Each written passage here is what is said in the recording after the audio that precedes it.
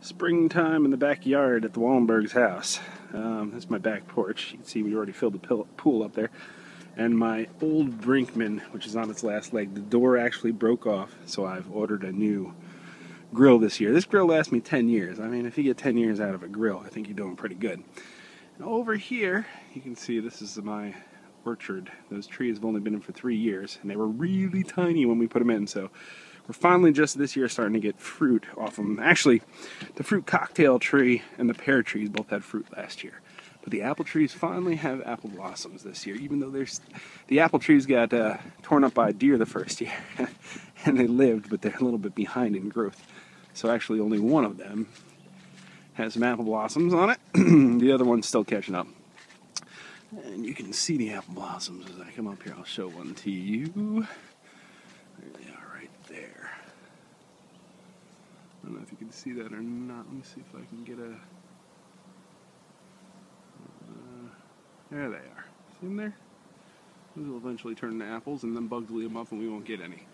That's the hard part about not tending all the time to the trees if you want to keep them organic. Of course, you couldn't spray, but then, you get chemicals on the food that you're going to eat. So basically this year we probably won't harvest the apples. Now, this is a pear tree.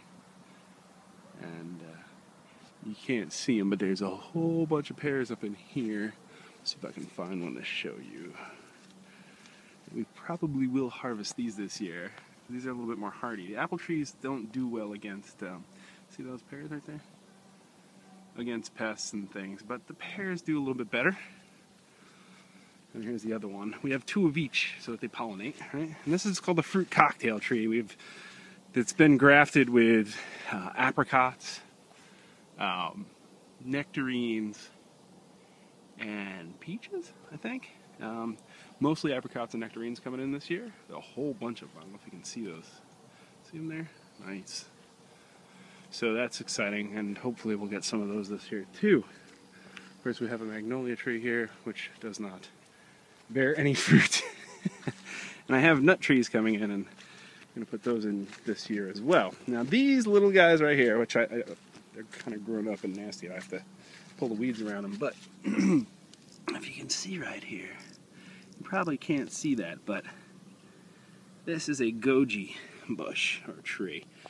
It actually looks more like a tree when it grows up, but right now it just looks like almost like a vine. I put these in last year, believe it or not, and they were so tiny and frail. I thought for sure that it would be dead, but it came back this year. It's got growth on it. So I'm just going to leave it be and hope in a couple more years they get much larger. In fact, I think probably this season they will get much, much larger. Here's the other one. And let me see if I can show you this there. See the growth on it? There it is right there. So that'll eventually... The gojis are an Asian plant, but they supposedly do well in Virginia climate, so we'll see what happens.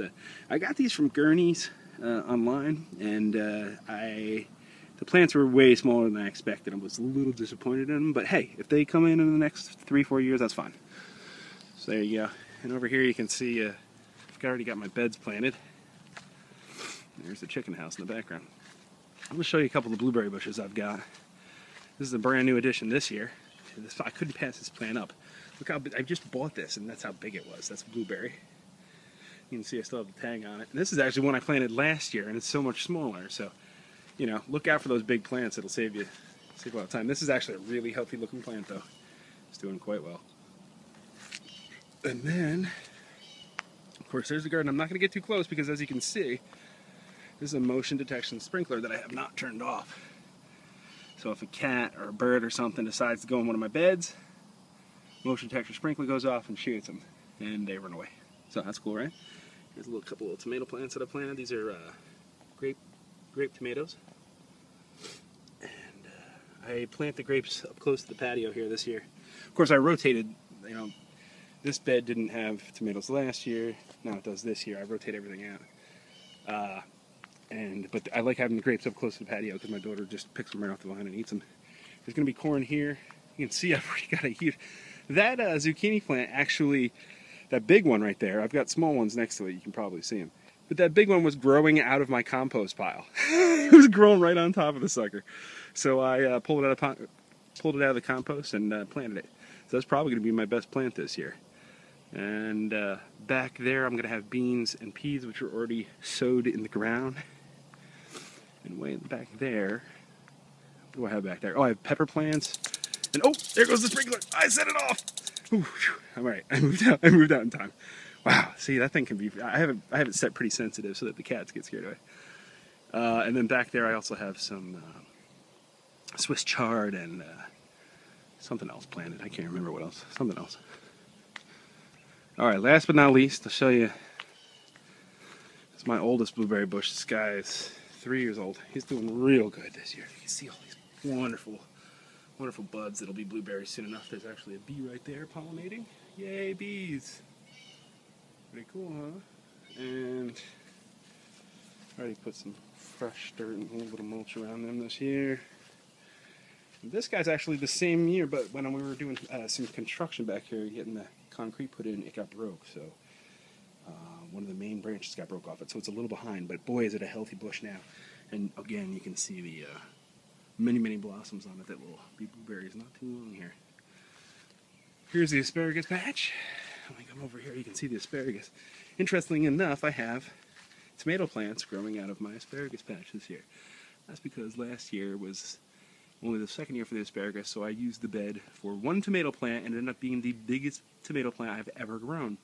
Some of the tomatoes fell in here and I didn't rake them out fast enough, and now I have tons of tomato plants growing in here. But you can see those asparagus. Now, that asparagus right there is ready to pick, and if I don't pick it today, I'll be in big trouble. You have to pick them because they come out of the ground and they literally grow that big in one day. So you don't want it to get bigger than that, so I will have to come out here and cut that with a knife or scissors later. Here's some broccoli I'm letting go to seed. You can see that. I'll harvest those seeds and we'll plant that in the fall. And then over here, I've got thornless blackberries. So I don't have to worry about the kids pricking their fingers. And this raspberry bush that I put in last year that is just looking so healthy. I've actually got these trellised with concrete reinforcement bars because I had a bunch left over from some construction we did, and I saved them, and you just bend them over and look at how wonderful they just grow right up the the wire there. So that's pretty cool, right? Alright, last thing. I know I said that already. Last thing. These are cherry bushes. Did you even know that bushes would grow on cherries? They're called bush cherries. They are of the tart variety. I also got those at Gurney's, so you can check them out. There's actually 3 bushes there. I'm going to separate them this year. Last year I planted them. They're doing really well. And you can actually see, let's see here. Yep, there we go. We're going to get cherries this year. There's little startings of cherries right there. So that's pretty cool. And what I'm going to do is I'm going to replant 2, leave 1 here, and then I'm just going to go down in a row and plant the other 2. So it kind of puts a cherry bush hedge right here. Sections off this part of the garden. Yeah, things are kind of grown up. I'm still weeding. It is spring. You know, there's a lot to do, but slowly but surely we'll get there. And there's our chickens all out down there having fun. So, all right. Well, thanks for joining me. I'll talk to you later.